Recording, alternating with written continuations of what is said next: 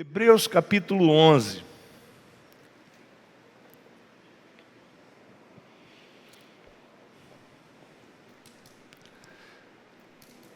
Eu vou ler na versão da NVI hoje, esse texto.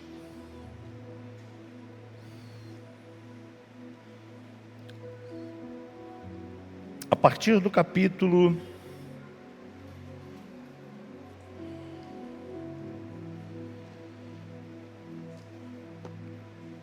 11, versículo 3, diz assim: pela fé, entendemos que o universo foi formado pela palavra de Deus, de modo que aquilo que se vê não foi feito do que é visível. Pela fé, Abel ofereceu a Deus um sacrifício superior ao de Caim. Pela fé, ele foi reconhecido como justo, quando Deus aprovou as ofertas dele. Embora esteja morto, por meio da fé ainda fala. Pela fé, Enoque foi levado de modo que não experimentou a morte, e já não foi encontrado, pois Deus o havia levado. Pois antes de ser levado, recebeu o testemunho de que tinha agradado a Deus.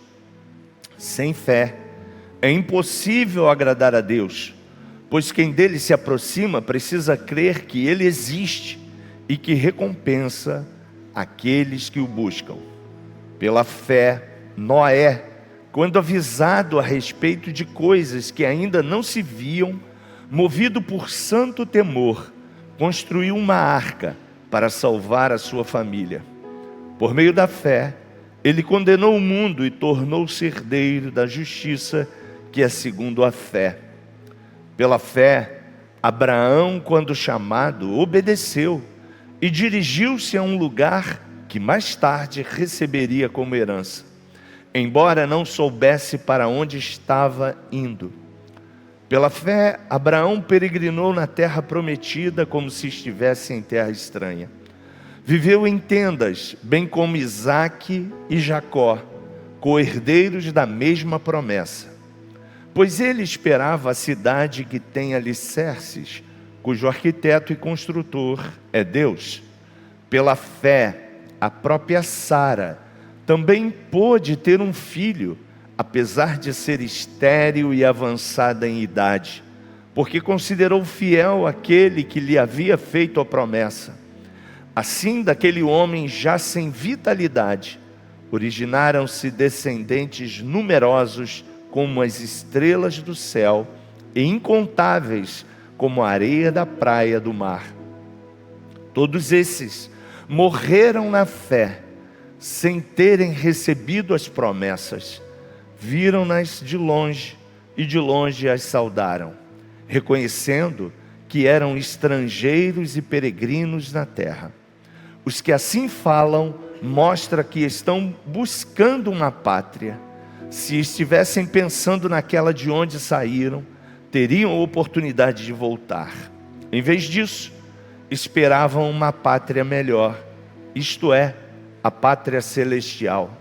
Por essa razão, Deus não se envergonha de ser chamado o Deus deles, pois lhes preparou uma cidade. Pela fé, Abraão, quando Deus o pôs à prova, ofereceu a Isaque como sacrifício. Aquele que havia recebido as promessas estava a ponto de sacrificar o seu único filho, embora Deus lhe tivesse dito: por meio de Isaque, a sua descendência há de ser considerada. Abraão levou em conta que Deus pode ressuscitar os mortos e figuradamente recebeu Isaque de volta dentre os mortos. Pela fé, Isaque abençoou Jacó e Esaú com respeito ao futuro deles. Pela fé, Jacó, à beira da morte, abençoou cada um dos filhos de José e, curvando-se, adorou a Deus, apoiado na extremidade do seu bordão. Pela fé, José, no fim da vida, fez menção à saída dos israelitas do Egito e deu instruções acerca dos seus próprios ossos. Pela fé, Moisés, recém-nascido, foi escondido durante 3 meses por seus pais, pois viram que o menino era bonito e não temeram o decreto do rei.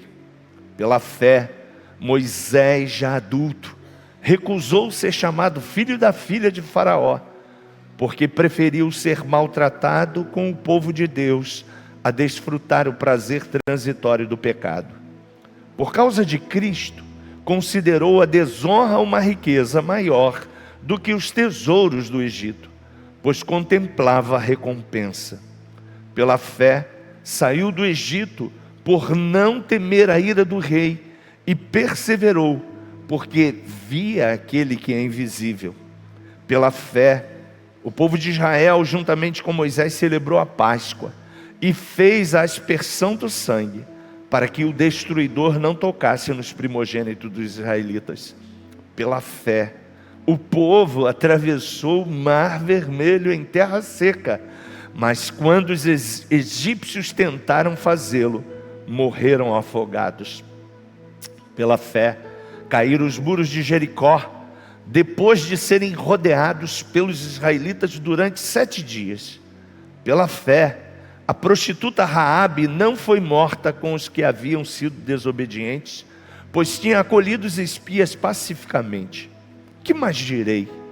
Não tenho tempo para falar de Gideão, Baraque, Sansão, Jefté, Davi, Samuel e os profetas, os quais pela fé conquistaram reinos, praticaram a justiça, alcançaram o cumprimento de promessas, fecharam a boca de leões, apagaram o poder do fogo e escaparam do fio da espada. Da fraqueza tiraram força, tornaram-se poderosos na batalha e puseram em fuga exércitos estrangeiros. Houve mulheres que pela ressurreição tiveram de volta os seus mortos. Uns foram torturados e recusaram-se a ser libertos para alcançar uma ressurreição superior. Outros enfrentaram zombaria e açoites. Outros ainda foram acorrentados e colocados na prisão, apedrejados, cerrados ao meio, postos à prova, mortos à espada. Andaram errantes, vestidos de pele de ovelhas e de cabras, necessitados, afligidos e maltratados. O mundo não era digno deles. Vagaram pelos desertos e montes, pelas cavernas e grutas da terra. Todos estes receberam bom testemunho por meio da fé.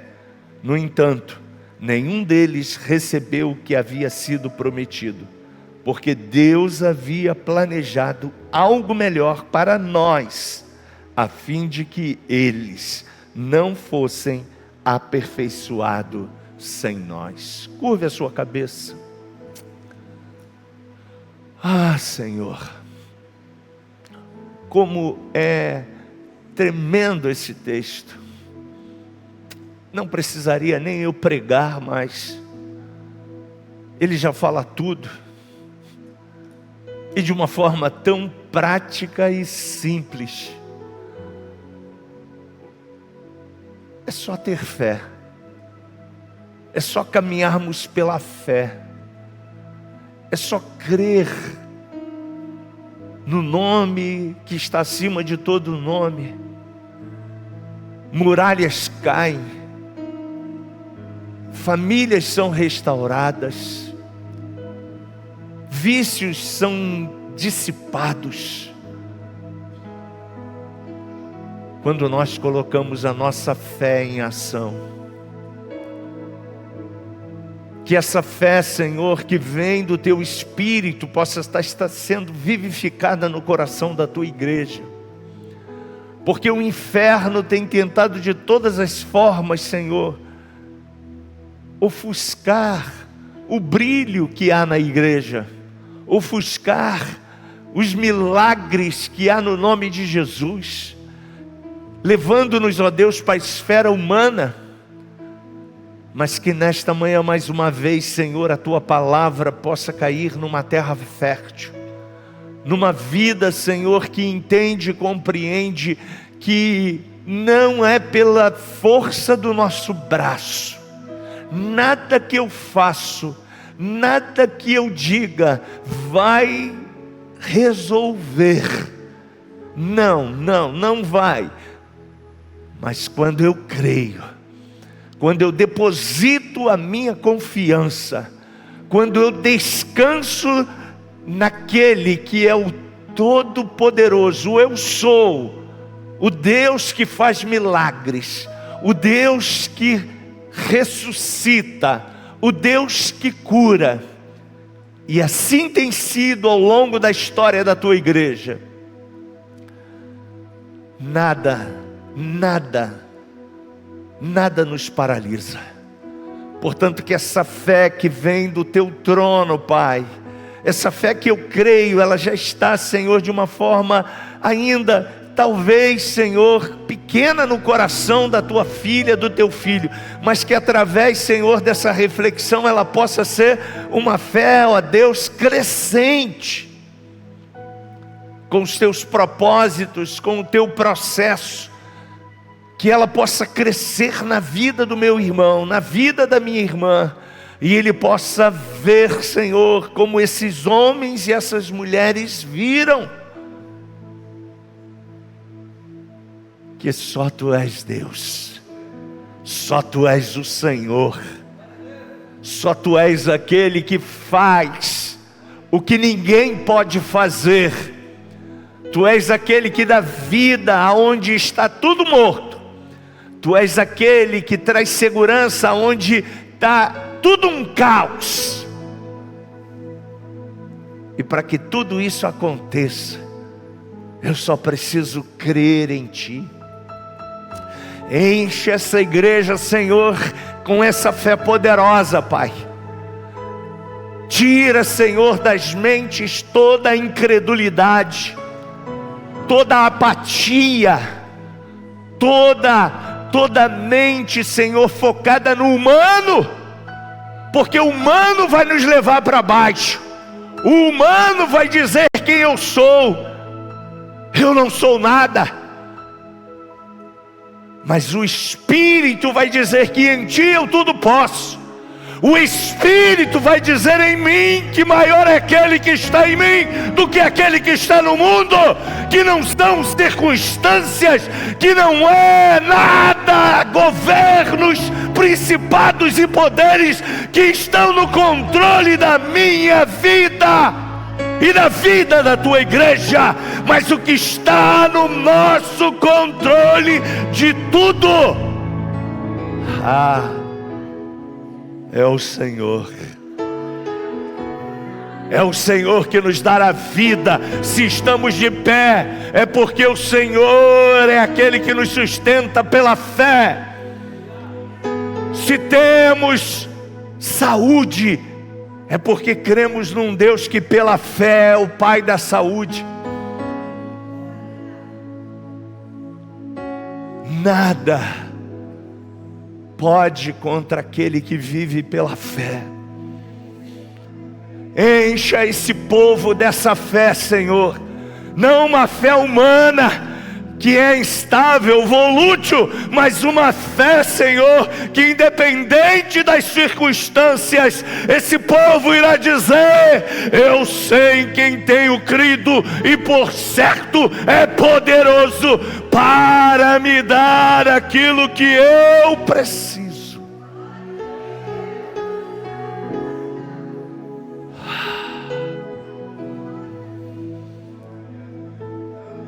Tira, Senhor, toda insegurança. Tira, Senhor, todo medo. Tira, Senhor, toda frustração. E dê a esse povo, Senhor, a visão da fé. A visão que fez Abraão sair da sua casa sem saber para onde estava indo. A visão que fez esse homem dizimar a Melquisedeque com todos os recursos que ele tinha, independente de saber o que aconteceria no próximo estágio, porque ele sabia que o próximo dia seria melhor do que o dia anterior, porque ele estava andando pela fé.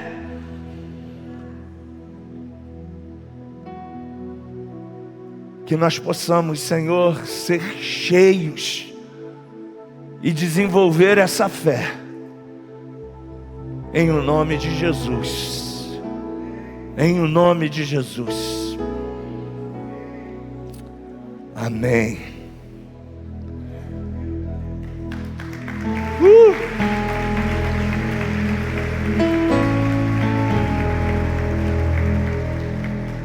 E talvez você esteja me perguntando: Marcos, que fé é essa? E eu vou te responder, ela está na Bíblia, a resposta. Aliás, a Bíblia tem resposta para tudo. Tudo está escrito lá na Bíblia. E o escritor aos Hebreus, no capítulo 11, no versículo 1, ele diz: a fé é a confiança daquilo que esperamos. O que você espera? O que eu espero, eu coloco a minha fé. Uma versão vai dizer mais, nessa versão vai dizer, e a certeza das coisas que não vemos. Isso é viver pela fé. Isso é caminhar nessa jornada. Ah, Marcos, então eu não preciso trabalhar, não preciso estudar, não preciso... Não é isso que eu estou dizendo para você. O que nós estamos falando para você é que essa fé bíblica é a confiança daquilo que você espera em Deus. Você sabe e entende que não é pela força do seu braço, pela sua inteligência. Você sabe que você é governado e dirigido por alguém que é o teu pai. E se ele é o teu pai, ele quer e deseja o melhor para você. E essa fé vai fazer com que você se submeta ao teu pai, se renda a ele, dependa dele, confie nele, mesmo que você não esteja vendo aquilo que você espera, você confia. A Bíblia declara vários testemunhos de homens e mulheres que confiaram, porque sabiam que tinham um pai que cuida de nós. E eu quero motivar você a ter essa certeza. Abra a tua boca bem forte. Se você quiser gritar aí no seu banco, diga: eu tenho um pai que cuida de mim. E esse pai que cuida de você, de mim, ele nos ama. E a pergunta que não quer calar é: um pai e uma mãe que amam um filho, ele faz coisas para esse filho ruim? Claro que não. Resposta é óbvio. Esse pai vai se empenhar. Essa semana eu saí para comprar coisas para os meus filhos. Queria comprar muito mais do que comprei, mas eu comprei o melhor que eu podia dar para os meus filhos. E já botei tudo lá na nossa árvore lá. Árvore linda que a esposa fez. E botei lá o presente do Marcos, o presente da Gabi e o presente da minha rainha, óbvio, né? E se eu, humano como sou, cheio de falhas e imperfeições, quero o bem dos meus filhos, da minha esposa, imagina o teu pai, que te criou, que te formou. O livro de Jeremias diz que quando você era informe, quando você nem era imaginado, ele já imaginava você, com todos esses detalhes que você tem. Você já reparou que você é único? Eu já disse isso aqui, vou repetir. Você tem detalhes que são só seus. A sua identidade é só sua. E por que o teu pai fez você assim? É porque ele tem o prazer de colocar detalhes em você, exclusivo para te identificar. Mas às vezes a gente esquece disso. E a gente entra na vibe do inferno. A gente sabe muito bem, João diz que ele veio para matar, roubar e destruir. Eu vou te dar um paralelo entre países de primeiro mundo e nós, que estamos, como diz os estudiosos, em desenvolvimento. Se a gente for falar de dinheiro, para quem mora no primeiro mundo, um sueco, isso é problema para ele? Para um japonês, é problema para quem mora no primeiro mundo com tanta tecnologia? É problema para ele, sim ou não? Responda, sim ou não? Eu creio que não. Mas você já viu lá qual é a maior demanda no Japão? Quem pode se atrever a falar? Obrigado. Suicídio. Na Europa, por tanta grana que as pessoas têm, elas não têm mais o prazer de cultuar e adorar a Deus.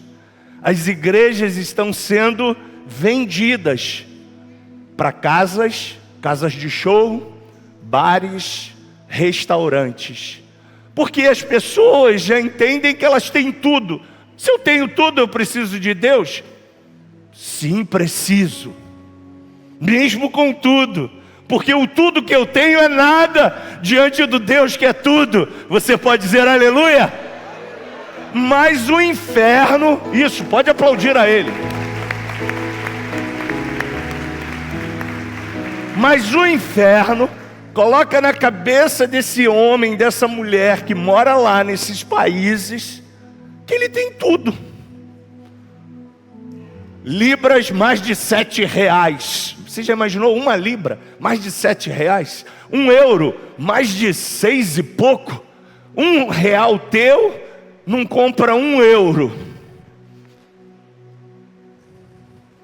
Então o problema desse povo não é o problema de países que estão em desenvolvimento como o nosso. Mas aí se a gente falar do brasileiro, qual o problema do brasileiro? 90%. Qual o problema do brasileiro? Dinheiro. Mas por que é um problema? Porque é a realidade de países em desenvolvimento. Se ganha mal.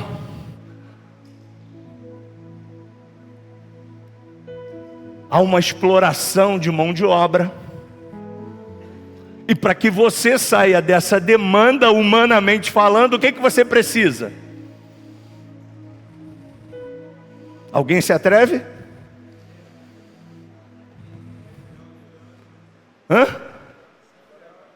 Trabalhar mais? Não, trabalhar mais não é a solução, porque tem gente nesse país em desenvolvimento trabalhando muito pouco e ganhando muito. A exemplo disso, os jogadores de futebol trabalham muito pouco. Para mim aquilo não é trabalho, é diversão, né? Praticar esporte. E ganha fortunas. E você vai lá ver o Flamengo, Botafogo, o Vasco, né? Vai comprar a camisa a R$300 do Botafogo, e aí vai, né?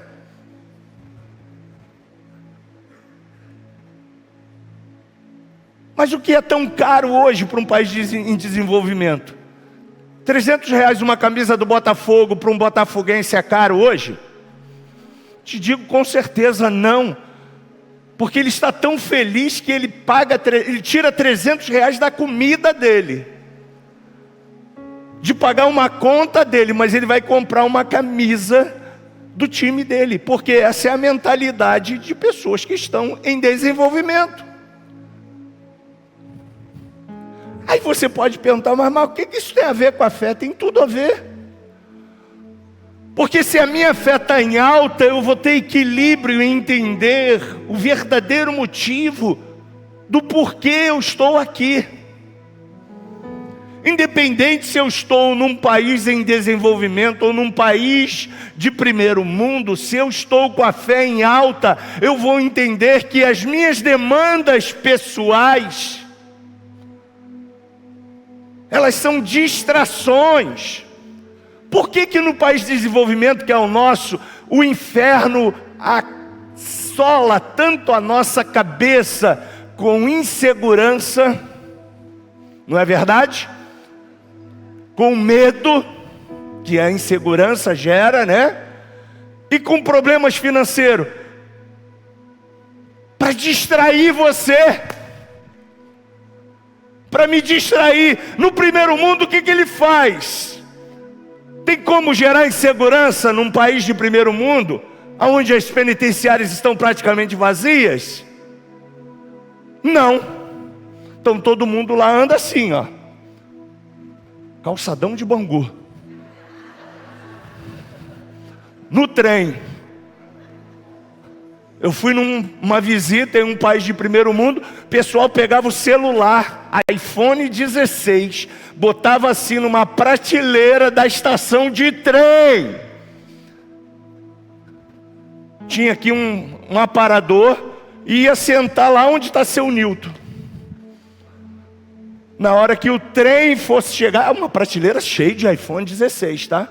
Ela ia no dela, carregado, tirava a tomada e pegava o dela e ia embora. E a prateleira continuava cheia de lançamento. Isso é possível, Marcos? É, eu vi. Isso é natural para eles. Daria para fazer isso no Brasil? Ainda não, a gente espera que sim. Você pode dizer amém? Porque isso gera tranquilidade no seu coração. Ok? Aí o inferno vai e gera esse medo, essa insegurança.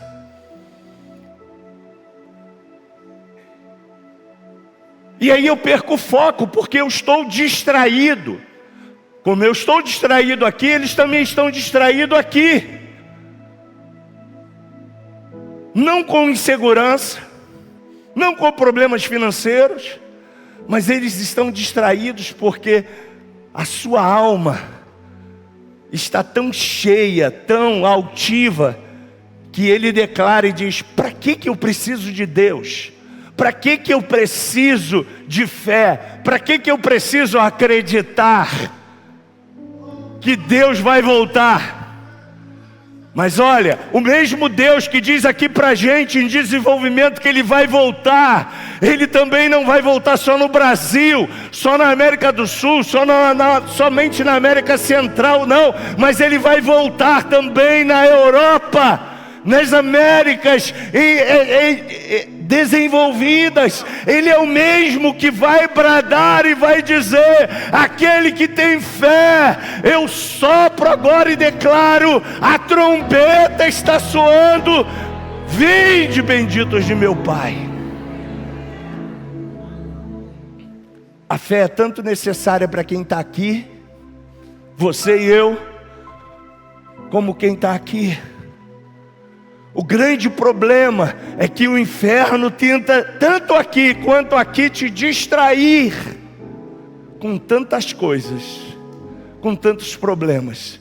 Marcos, e qual é a solução? É você caminhar numa jornada de fé. E como eu faço isso, Marcos? Simples, só creia. Mas Marcos, eu não estou vendo o que vai acontecer amanhã. Nem eu. Mas uma coisa eu tenho a certeza: se o meu pai deixou um testamento, você está com esse testamento aí? Você pode erguê-lo aí pela fé? O meu hoje está aqui no celular. Isso é um testamento. E sabe o que é um testamento? Um testamento diz que você e eu somos herdeiros e co-herdeiros com Cristo. E nesse testamento está cheio de promessas, dizendo para você e para mim que este mundo não me governa, este sistema não me governa, este império não me governa. Quem nos governa pela fé é o Rei dos Reis, é o Senhor dos Senhores, é o Pai Todo-Poderoso. Você pode aplaudi-lo.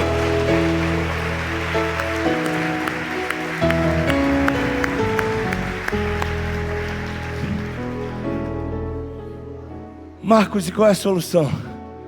Descansar. Descansa no Senhor, espera nele. Para aí o versículo? Não, e o que mais ele diz? E ele fará, te dará o desejo que está no seu coração. Só que para entre a fé, que é algo invisível, se tornar visível, tem um processo. Então a gente vai falar de processo logo mais à noite, propósito, tá? Volte, para você entender. Mas entre esse caminho, a fé, para ela se tornar algo visível, você precisa crer.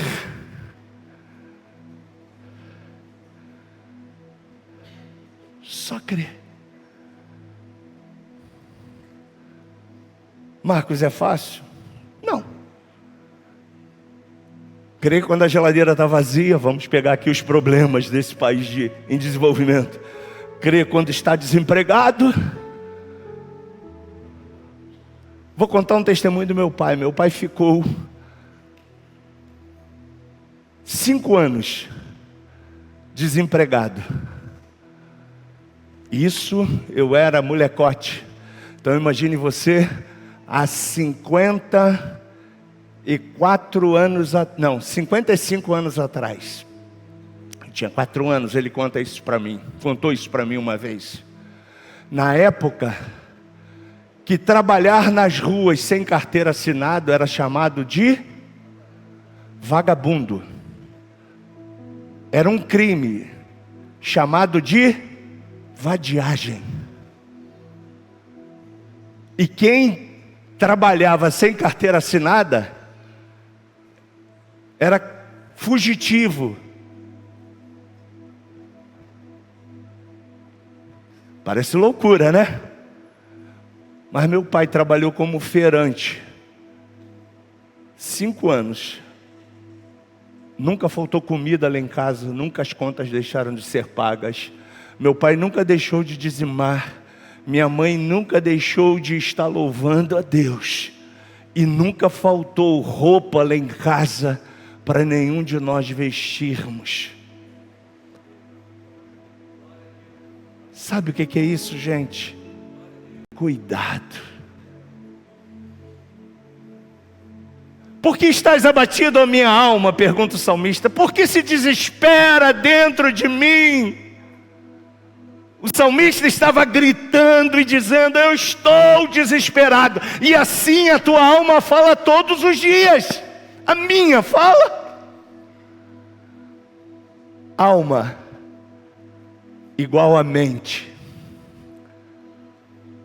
Mas o salmista responde: espera no Senhor. Se você esperar no Senhor, Deus vai te dar uma estratégia. Deus vai te dar um escape. Deus vai te mostrar uma saída. Deus vai te dar aqui nesse país, o que não falta é empreendedorismo, né? Brasileiro é criativo. é negocinho no chinelo, é uma pulseira que cria, é um brinco que faz, é uma comidinha diferente que ele cria. E o Deus da criação te dá uma estratégia e de repente você começa a ver milagres extraordinários acontecendo na sua vida. Se você crer no Senhor, nada vai te faltar. Então pare de reclamar, pare de fazer Pô, o crente hoje parece que não cresce.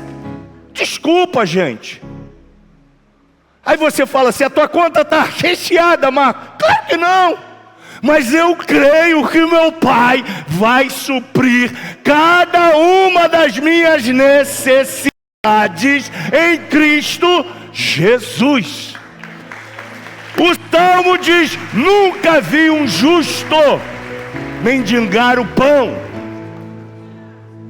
Você nasceu de novo? Quantos aqui nasceram de novo? Glória a Deus. Você pode dar um glória a Deus? Você não está mais no controle das trevas. Colossenses diz isso. Você foi transportado para o reino do Pai. E sabe quem é o rei do Pai? O rei é Jesus, e ele deixou um testamento que não é aqueles que lá no Congresso eles estão mudando desde 88 a nossa Constituição, que toda hora tem um adendo nela. Esse testamento é imutável. O Pai disse, eu velo pelo meu testamento, porque eu liberei sobre os meus filhos.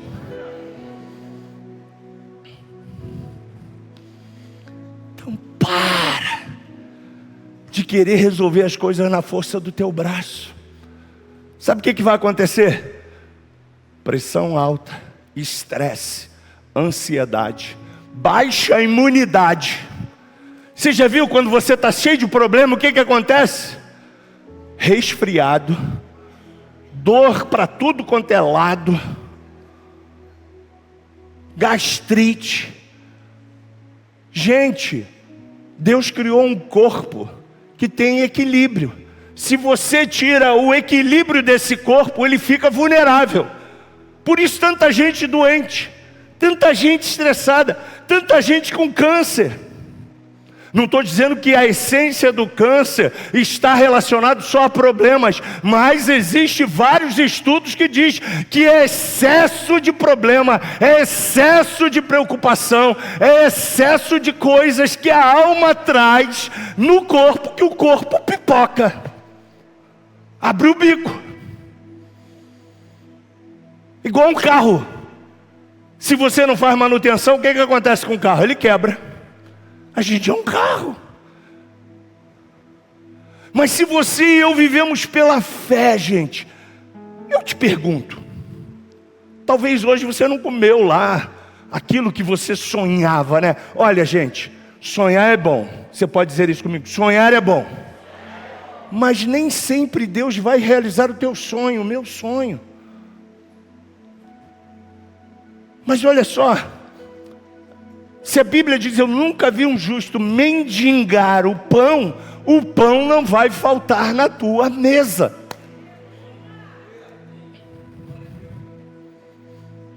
Ok? Não vai faltar. Se você é filho de Deus, se você é fiel a Deus, se você honra a Deus com a sua fé, não vai faltar. Ele tem uma aliança com você. Você é um justo. Não vai faltar. Ah, mas eu queria agora comer, sei lá, né? Um prato especial. Legal. Você vai comer? Talvez. Mas a necessidade diária e básica para o seu corpo não vai faltar. Mas nesse mundo que a gente vive, o inferno, o sistema diz para você o quê? Que você precisa fazer na força do teu braço. E aí você fica, ai, estou cansado. Ai, meu Deus, quantas horas estou trabalhando. Oh, meu pai. Oh, chegou o final de semana. Ai, não consigo nem ir na igreja. Estou moído. Não é assim? Estou moído. E aí o que o inferno está fazendo? Me distraindo. Nos distraindo. Porque a gente está perdendo a jornada. A gente está sendo uma pessoa que está ali sem confiança em Deus. Sem uma fé forte. Que trará paz no teu interior. Mas para isso você e eu precisamos, nessa jornada, ter uma fé irresistível.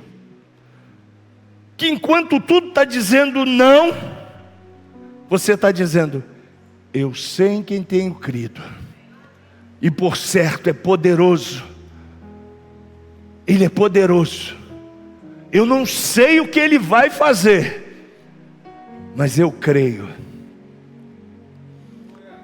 Eu creio. Eu não vou sair da minha crença nele. Eu não sei como isso vai ser resolvido, mas eu creio. Eu não sei, mas eu creio.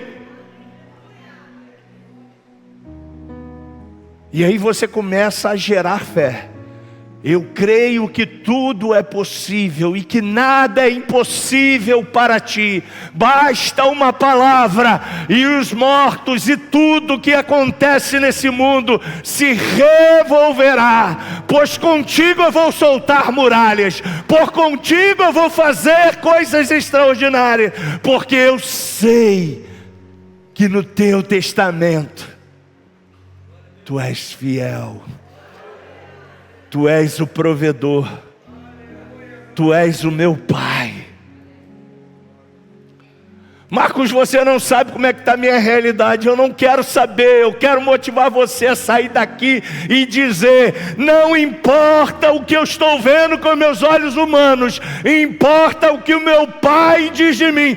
Eu sou sacerdote segundo a ordem de Melquisedeque. E olha, gente, o sacerdote era aquele que recebia a comida do povo. O sacerdote na antiga aliança era da tribo de Levi e comia o melhor que chegava na casa de Israel. Você é sacerdotisa do Deus Todo-Poderoso. Você é sacerdote do Deus Todo-Poderoso.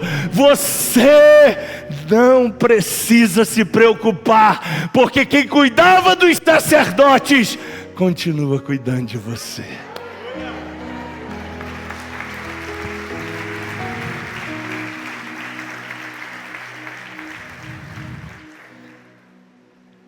E a Bíblia diz que o povo levava para o sacerdote o almoço, o café da manhã e o jantar. O sacerdote é aquele que fala com o Pai, que sabe quem é o Pai. Marcos, você não está calçando o meu calçado, eu sei. Mas eu quero motivar você aqui a crer.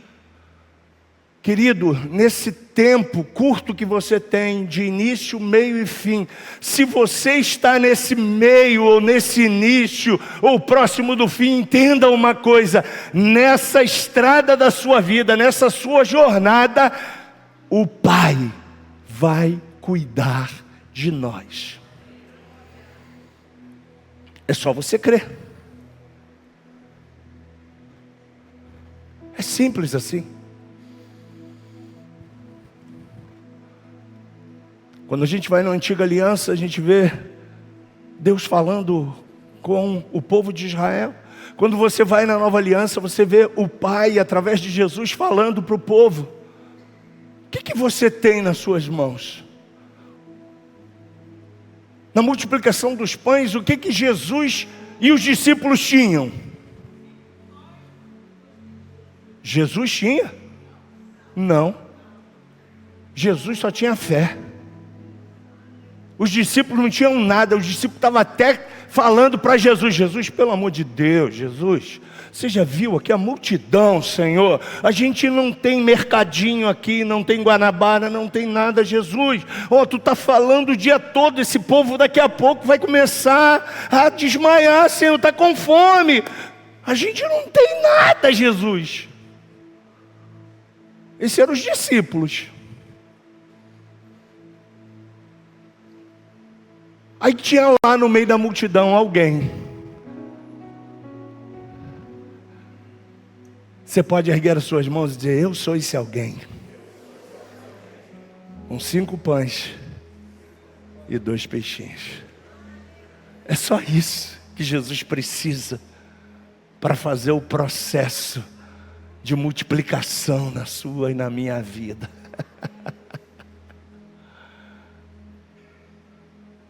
Provavelmente o garoto falou: pô, ainda vou perder aquilo que é meu, mas pô, é melhor eu perder, é dando que se recebe. O garoto entendeu a dinâmica do reino. Eu vou dar, porque se eu der eu vou receber. E olha, ele deu 5 pães e 2 peixinhos, e a Bíblia diz que não sei quantos cestos sobraram.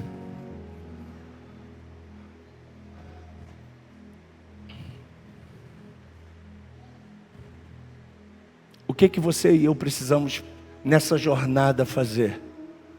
Marchar.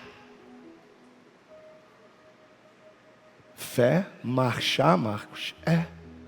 Vou te dar um exemplo bíblico. O povo estava diante de Faraó.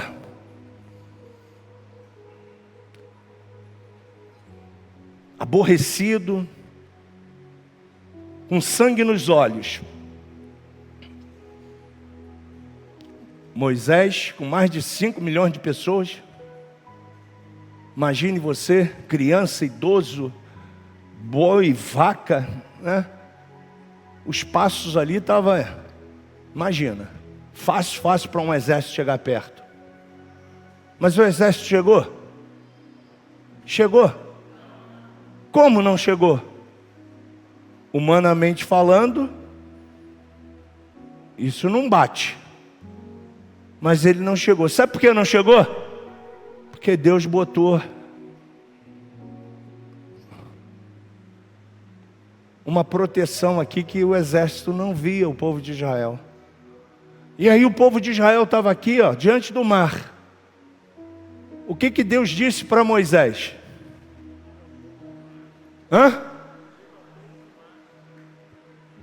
Diga ao povo que marche.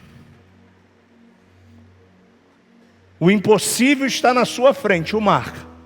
O que Deus está mandando você fazer? Marchar.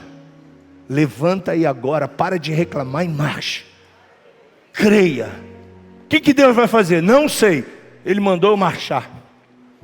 Diante dos muros de Jericó, uma muralha que passava carros. Eu imagino que para passar carros deveria ser daqui ali no pit a muralha, no mínimo, porque os carros de cavalo eram as charretes, aquelas coisas grandonas. Imagine você, isso é a largura de um muro, fora a altura, era intransponível. Os moradores de Jericó se sentiam seguros. Mas o que Deus falou para o povo de Israel?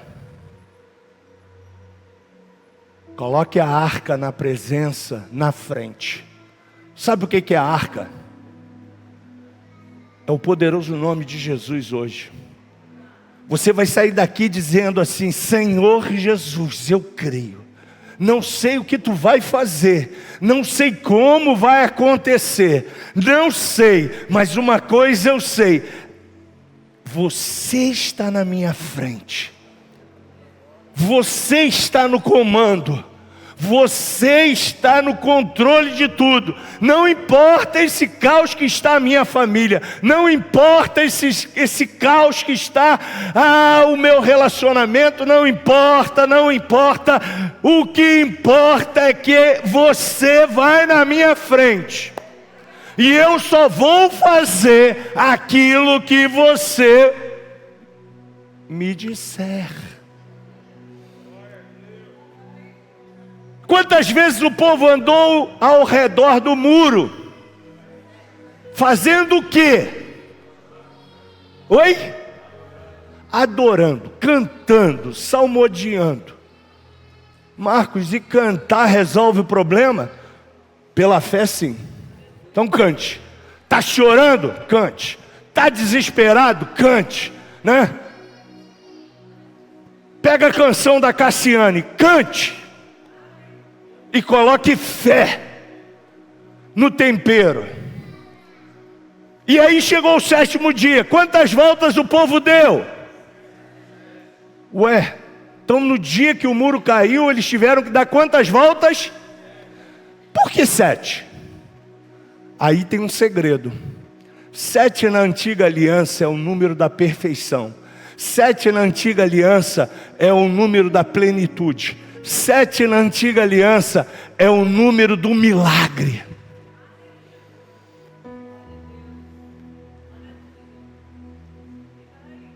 Entendeu? E aí quando chegou, a arca estava onde? Aonde estava a arca? Quem está na tua frente? Jesus. É no nome dele que você vai. É no nome dele que você vai falar para as suas duplicatas. É no nome dele, você empresário, que vai pegar aqueles cheques que estão lá devolvidos, aquelas duplicatas que você protestou e estão lá e voltaram e está tudo no fundo do poço. É no nome dele, você que está com uma massa falida lá precisando dos teus recursos. É no nome dele que você vai falar: Senhor, está tudo morto, está tudo fora do controle, mas eu creio que basta uma palavra, e aquele vale de ossos secos ficará cheio de almas vivas. E sabe quem tem a palavra? É você. É você. O que queres de mim? Perguntou Jesus. A mulher disse: eu quero que meu filho ressuscite. O cego disse: eu quero ver.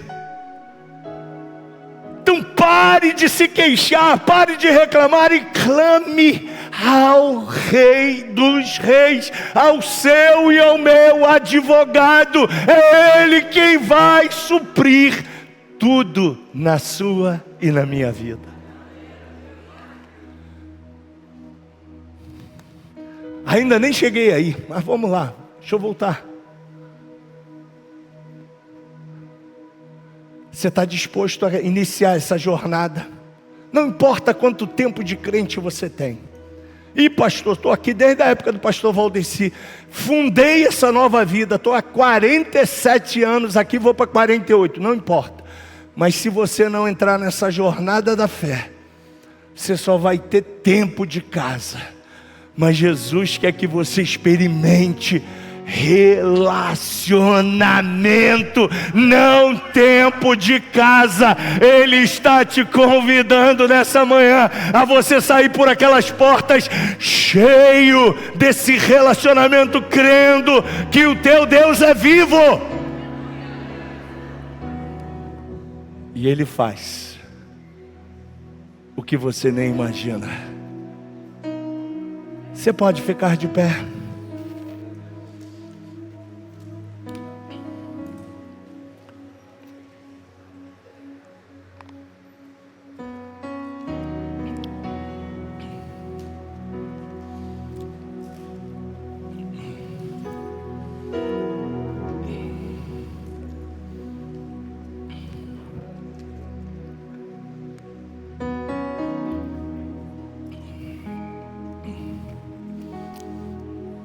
gente vai passar por aquela porta.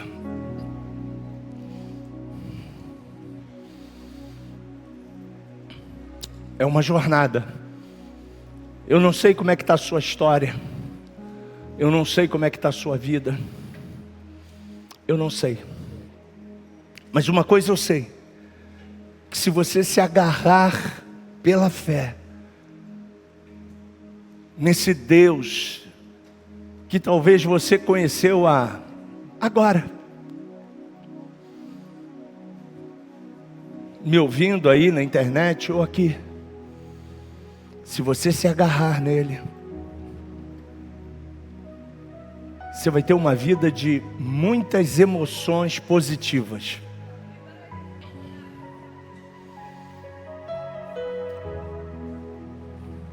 Porque esse é o desejo dele. Que você viva os processos para alcançar o propósito. Pela fé. Coloque a mão no teu coração.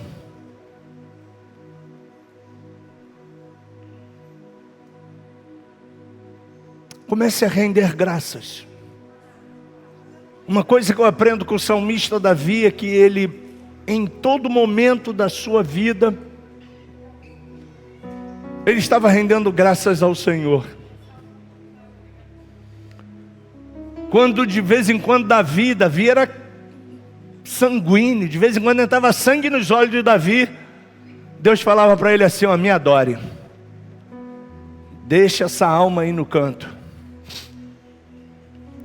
Renda graças ao Senhor. Mas vou render graças pelo que, Marcos? Pelo que Ele já fez.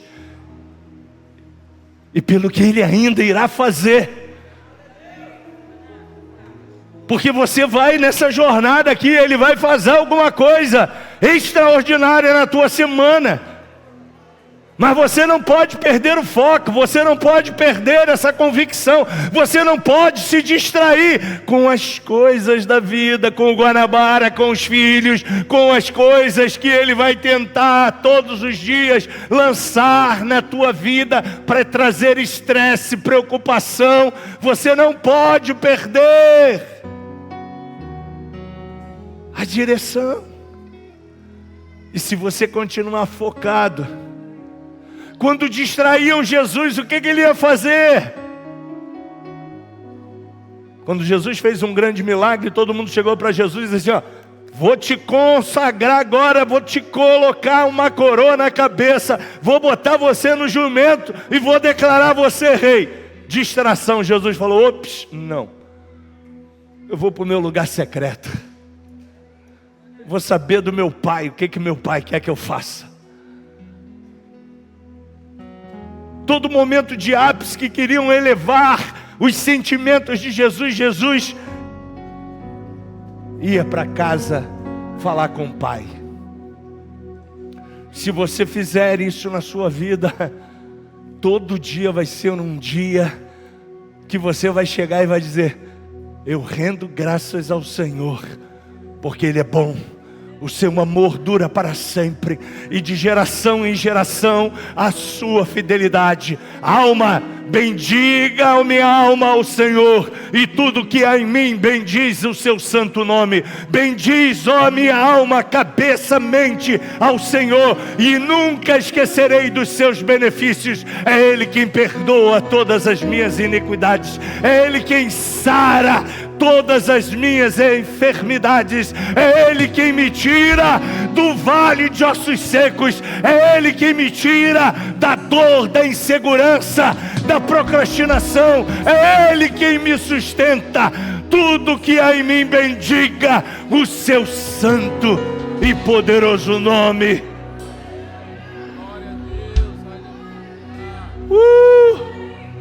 Você pode dar graças ao Senhor, porque Ele já fez, e Ele vai fazer muito mais do que você possa imaginar. Eu não sei como você está vivendo, eu não sei qual é a sua crise existencial, mas uma coisa eu sei: eu conheço o nosso Pai, eu conheço aquele que te salvou. Ele é um Pai que tem um testamento cheio de promessas para você, cheio de milagres para você. O que você e eu precisamos fazer é só crer.